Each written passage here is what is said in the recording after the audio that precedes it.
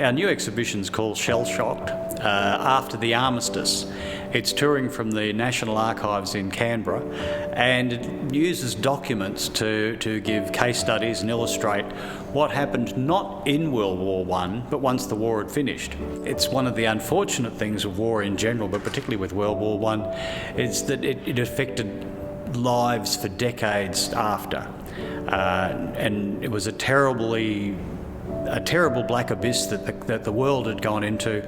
And so even when the shooting stopped, there were an awful lot of people coming back who had to face shattered lives in the decades ahead.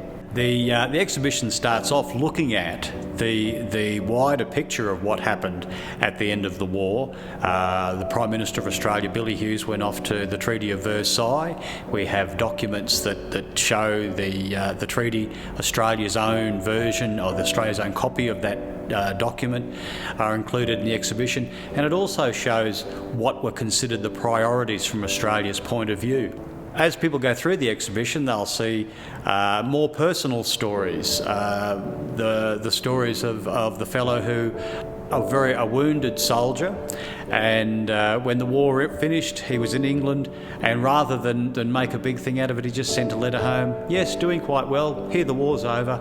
And that sort of attitude was what people wanted to hear. Unfortunately, the poor fellow died at the age of 47, and so when you hear that there were 350,000 Australians went to the front, 60,000 died, that actually hides an awful lot, because there were 150,000 wounded, but there were people coming back with all sorts of mental difficulties, suffering from alcoholism. So it was an ongoing thing that affected not only that generation, but also the next generation. A lot of the stories are case studies, even though they look at big picture. They're case studies of people's lives. There were certainly local examples of that.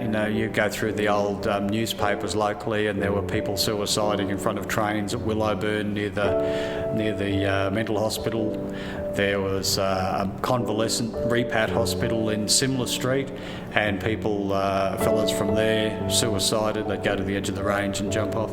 And these things were happening for decades after.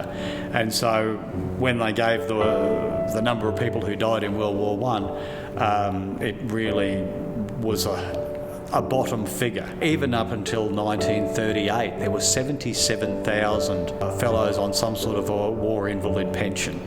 It was a horrific thing that just kept going on. The war was a terrible thing for those who had lived through it and seen it, and the war was a terrible thing for their families, the next generation growing up with dad who had mental problems or alcoholism. But there was also an aching hole for the people whose sons didn't come back. There was no way they could go and visit the graves. The government couldn't afford to send people there.